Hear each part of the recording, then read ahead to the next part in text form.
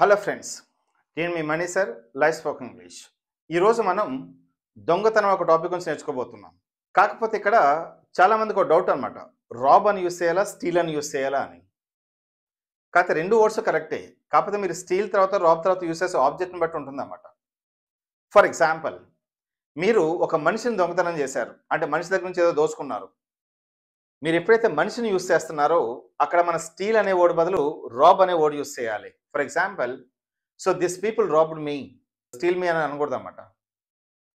This people robbed మీ అంటే నా దగ్గర నుంచి ఏదో దోచేసుకున్నారు. ఇప్పుడు పలానా అని చెప్పాలనుకున్న తర్వాత ఈ రాబ్ అనే వర్డ్ తర్వాత నన్ను అని పెట్టి తర్వాత ఏదో పెట్టాలి. అక్కడ మీరు ఆఫ్ అని యూస్ చేసి ఇప్పుడు ఆబ్జెక్ట్ మెన్షన్ చేయొచ్చు. So they robbed me of my mobile అంటానండి. అంటే నా నుంచి వాళ్ళు ఫోన్ దొంగతనం చేశారు అని ద మీనింగ్ అనమాట. అలాగే మీరు ఇప్పుడు స్టీల్ అనే వర్డ్ బదులు మళ్ళీ ఈ రాబ్ అనే వర్డ్ ఎప్పుడు యూస్ చేస్తామంటే మనిషి బదులు మనం ప్లేస్ని యూస్ చేస్తున్నాం. ఆ ప్లేస్ ఏంటి అంటే ఇప్పుడు ఫర్ ఎగ్జాంపుల్ ఆ బ్యాంకు దొంగతనం చేశారు, లేదా మా ఇంటికి వచ్చి ఆ బీరో దొంగతనం చేశారు, సో లేదా లోకర్ తీసుకెళ్ళిపోయారు, ఆ లోకర్లో ఉన్నటువంటి థింగ్స్ అన్ని దొంగతనం చేశారు. ఇక్కడ మనం కబోర్డ్ అని, బీరువా అని, లోకర్ అని, అలాగే బ్యాంక్ అని ఇలా మనం ప్లేస్ని యూస్ చేస్తున్నాం. వాళ్ళ ఇల్లు దొంగతనం చేశారు. ఇక్కడ హౌస్ హోమ్ అని చెప్పి అంటున్నాం. ఇప్పుడు మనం యూస్ చేసిన word rob. For example, the thieves robbed the bank అంటే బ్యాంక్లో ఉన్నాయని దొంగతనం చేసుకెళ్లారు.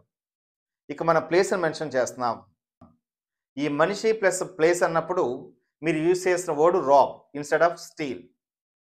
మరి స్టీల్ అని ఎప్పుడు యూస్ చేస్తాం సార్? ఈ స్టీల్ అనే వర్డ్ మనిషి గురించి కాకుండా, ప్లేస్ గురించి కాకుండా వస్తువు గురించి అయితే కనుక అప్పుడు స్టీల్ యూస్ చేసుకోండి.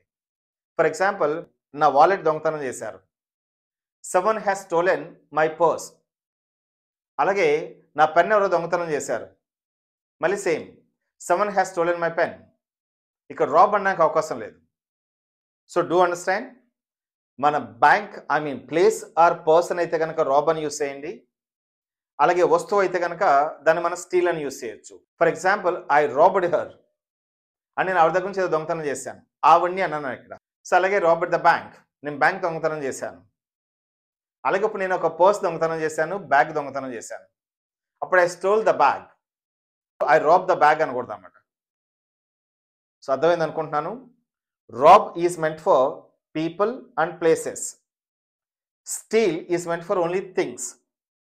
రైట్. సో దొంగతనం చేశానన్నప్పుడు ఈ రెండు వర్డ్స్ యూస్ చేయొచ్చు. కాకపోతే అది మనుషులనా, ప్రదేశాన్నా, లేదా వస్తువునా. సో దాన్ని బట్టి స్టీల్ ఆర్ రాబ్ అనే వర్డ్స్ యూస్ చేయాలి. Okay, hope you understand. ఇలాంటి మరిన్ని అప్డేట్స్ కోసం మీరు మన పేజ్ లైక్ చేసి, షేర్ చేసి, ఫాలో అవుతారని ఆశిస్తూ money sir, life spoken English. Thanks so much.